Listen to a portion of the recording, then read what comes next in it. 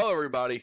Welcome back to Liverpool Latest. I am your host, Matt, and today's episode, I have a bunch to talk about between potential rumors of some transfers Liverpool are in talks with acquiring, rumors that one of our biggest players might have left at the end of last season for a rival, and last but not least, Mohamed Salah and Egypt kind of face off over a scheduling conflict. So, first and foremost, let's talk about a gentleman by the name of Keenan Yeldej? Yeldej? I don't really know how to say this name. This is the first I'm actually seeing it ever. So, excuse me for butchering it.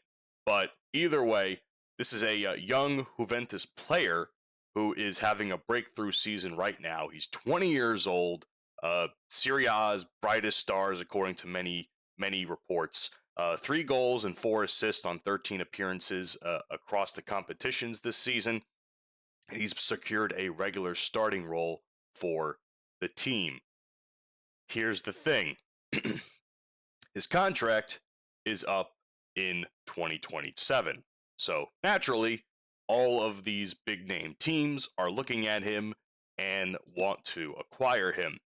Of course, one of those teams is Liverpool, but we're also in competition with Arsenal and Chelsea, and potentially more that I have not seen reported, because they've all been monitoring this young man's progress. If in the event that him and Juventus decide that there's no agreement, naturally, Liverpool and everyone's going to try and swoop in and take him. Here's a couple of things that the contract situation and the wage tension are kind of being in the factors here. There's a couple of things in regards to that. Like I said, 2027 is going to be when his contract runs out. Salary is going to be about 1.5 million a year. I think either that's currently or what he's looking for. Well below the market rate for a player of his quality, according to many. He also wants to play closer to Jonathan Davids, who earns roughly 4 times as much on the team. And as a young player, with all due respect, and this is where I kind of laugh at things like this, as a young player, there is no shame starting small, but knowing you're worth enough to keep pushing for things like that. I think when hard work pays off, no matter how slow the progress may be, you're going to get the money you think you deserve at some point in time.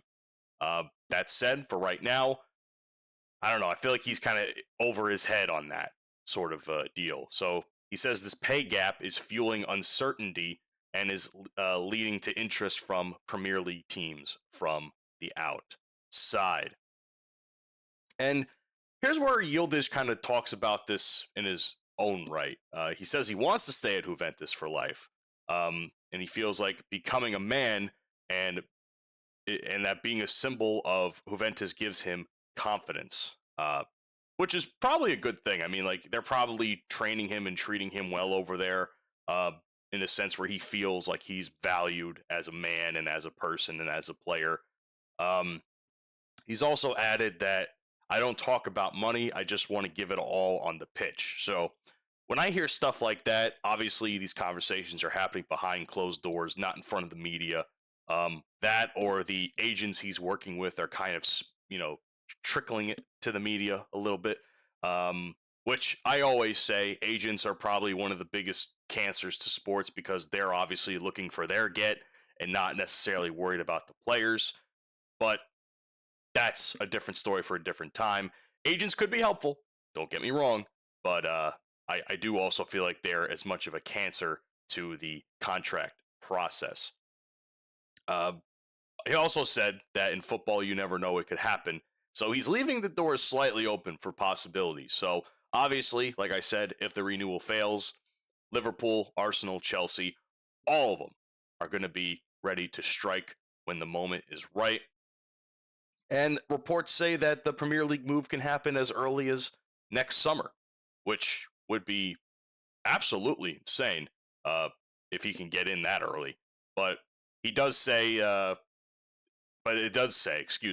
that if the renewal for Juventus succeeds, he'll probably be on the team until 2030. So we'll have to wait a little while longer in that regard. So I'm not going to lie, I don't know too much about the player. I don't have the opportunity to watch Juventus or that league. So this is kind of all news to me as a American fan who doesn't have access to some of those channels.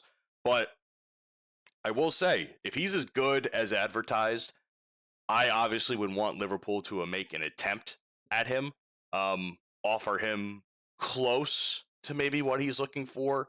I always think if you give somebody too much, and again, this is for any contract, if you give somebody too much, they're not going to play up to par.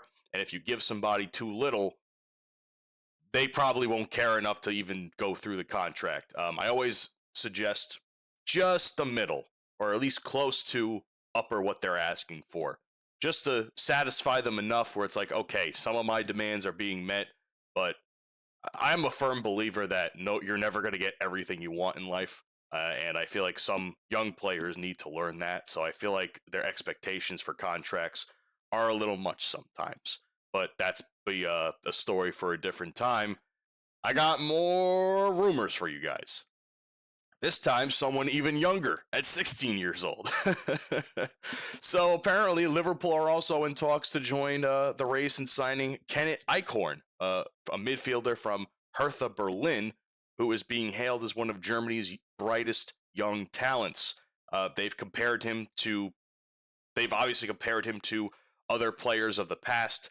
He's currently signed to Eichhorn for around $17 million, or pounds in this case, although the value could increase before January due to his rapid progress.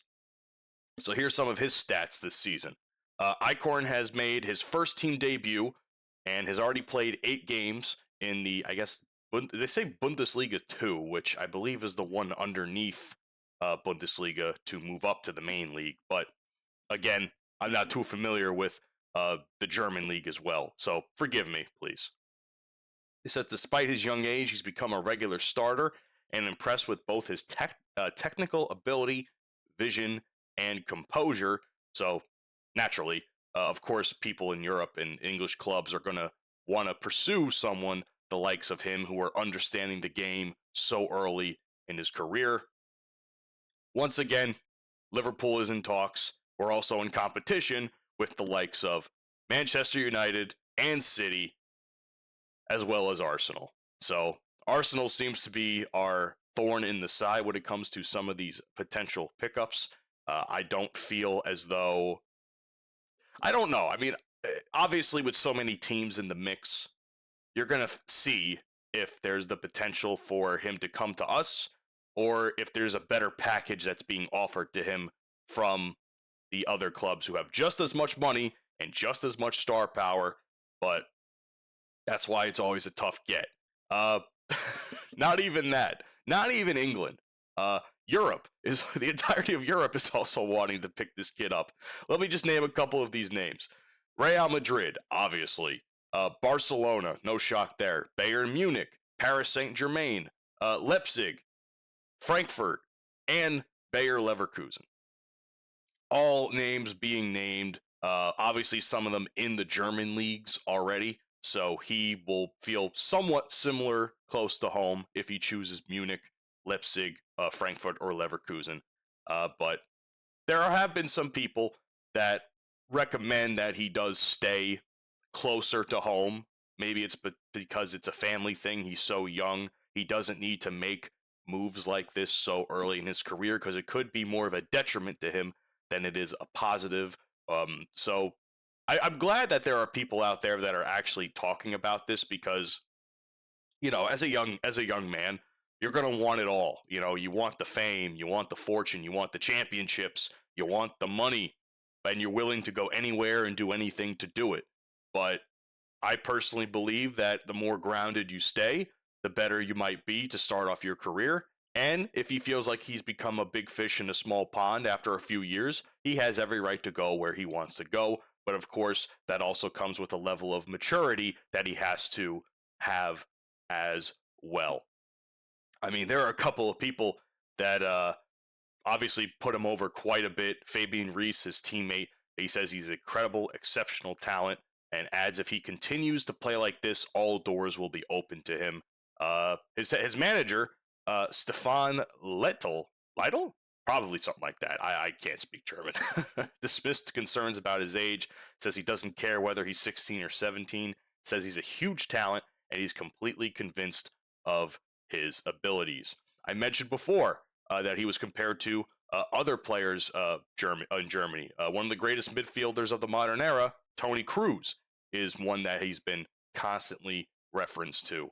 And even his own Felix Kroos, Tony's brother, he's said that he's a great player, but he's one of the main voices I was talking about earlier, where he's urging this young man to not make a rush so soon and a move so soon in his career.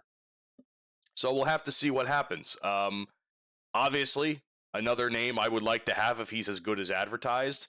And I look forward to possibly seeing his progress in future games if I have opportunities to look at the Bundesliga or even Juventus with Yildiz. So I think that's going to be something that we all need to keep our eyes on come the transfer window here. And I always believe that it's good to have some young blood. We have a lot of young blood already. Some of them are getting older and they're becoming more of a leadership type. So it's always good to bolster that side of the team with young blood and young talent. That way we can protect the future. Speaking of protecting the future, oh man, this story is crazy. Talk about salty, let me tell you. So apparently, not too long before the Real Madrid game with Liverpool, Spanish media was putting out these rumors out there. And I don't know if there's anything that confirms any of this, but apparently Jose Felix Diaz, who's a journalist for the Spanish outlet AS, he published something before that Van Dijk refused multiple Liverpool contract offers in 2025, and he says he was allegedly hoping to move to Real Madrid. Could you imagine Trent and Virgil leaving in the same year after a championship push? That would have been public enemies number one. I mean, Trent's already public enemy, but if Virgil had left, our captain, that would have spoke volumes. That probably would have shaken the fandom to its absolute core. Clearly, though, there might actually be no validity to these claims because obviously nothing ever happened. I mean, Fabrizio Romano, a name that I typically trust when it comes to Liverpool news, he's publicly debunked these reports through his YouTube channel, and he says that Van Dijk always was committed to Liverpool and he was never interested in leaving. Thank God. His contract renewal in 2025 showed his trust in the club's long-term project. And I guess you could say that because, well, obviously moving on from Klopp to Slot is going to be another push for something as far as where can we go now that a huge era of the team is over and we move into a new one. Romano acknowledged that agents often speak to other clubs, yes, but stressed that Van Dijk's personal desire was to always stay at Liverpool, and I'm quoting him in saying, for Van Dijk, the focus has always been Liverpool Football Club. Now, naturally, fans are all laughing at this because it's clear as day, as I said. This is just salt, jealousy, copium at its finest. I'm going to be honest and say I laughed at this when I saw it pop up on my Twitter feed, okay? I genuinely chuckled because I didn't necessarily have... When the contract talks were going on with Trent, Mo, and Verge, if it was anyone I knew that was going to stay, it was definitely Salah and Verge that were definitely my two guys that I said they can't go anywhere else. They would never go anywhere else. I don't think the fandom could handle both of them leaving at the same time. Trent, on the other hand, I saw potential in leaving, and obviously we know the history that has happened by now. And it's that example I was talking about. Young gun, wants to prove himself. Maybe he feels like a big fish in a small pond. And he went somewhere else. And maybe, just maybe, the grass isn't so greener on the other side. Should have never have left El Rata, but I did think that was a very interesting story to pull up. I love rumors. I love when rumors are just so outrageous that you just can't help but laugh at them, like I did with that one. Here is some news that makes me a little bit scared, though. Mohamed Salah, obviously struggling this season in his own right, but seems to be coming up to form slowly but surely.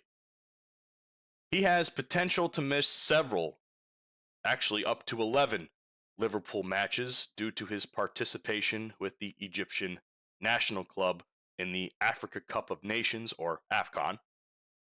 And this might be a bad news because just before Christmas, the whole thing runs through January. It's creating a scheduling conflict for Liverpool. Now, apparently, this is not the first time this has happened. This has happened several times. I can't recall the results of each time. Maybe he kind of did a split back and forth, or he stayed in the AFCON tournament. But apparently, Salah is preparing crucial talks with Egyptian manager Hassam Hassan to prevent a repeat of past club versus country disputes. So obviously, this is not the first time this has happened. I do remember a couple of seasons ago, or this past season, where this was a topic of discussion, and I don't remember the results to it, unfortunately. But losing someone like Salah for as long as they might potentially lose him for is tough in itself, mostly because obviously he's starting to come up to form. He's playing what I would consider to be more competitive matchups. It seems like Egypt is more or less in friendlies more than an actual title push. So I think that's important to keep in mind. Here's the upcoming dilemma on that. Egypt's training camp ahead of AFCON includes 3 pre-tournament friendlies between the United Arab Emirates, Jordan, and Nigeria, all taking place within the first 2 weeks of December. He says he legally has, this being Hassam Hassan, the coach, legally has the right to call Salah up for these games. So I guess maybe there might have been some sort of deal where, or I don't know what the rules are between country versus club, but it seems as though country might have the full say in this, or at least most of the say.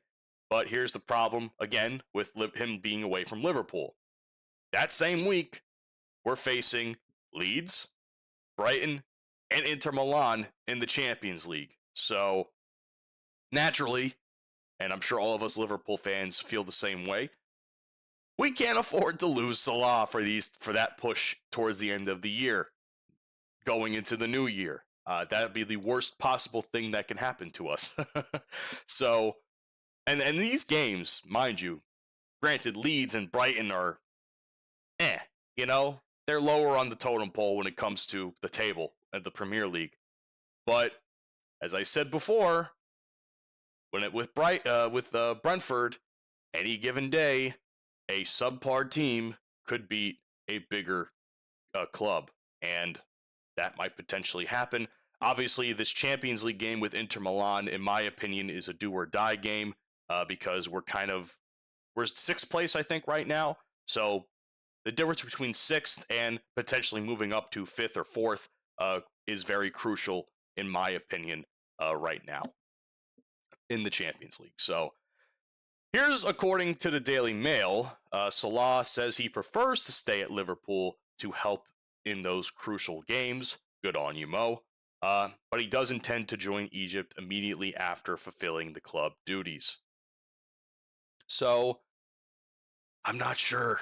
I'm having a rough time with this. There's also more friendlies apparently during the November international break, which obviously Premier League games will not be taking place anyway. But he'll also be playing against Uzbekistan and Algeria. And I don't know about you guys, but international breaks scare the absolute shit out of me because the potential for injury is always there, regardless.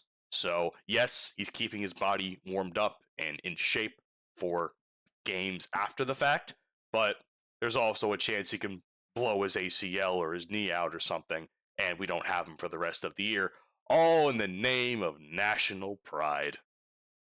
So we'll have to see if there's a balanced plan that we could create for everyone to be happy, if you ask me. So we'll see what happens. A lot of news today, guys. Potential pickups, rumors, and BS, and losing who's our best still, regardless of the season, our best striker on the team for several games that will affect us.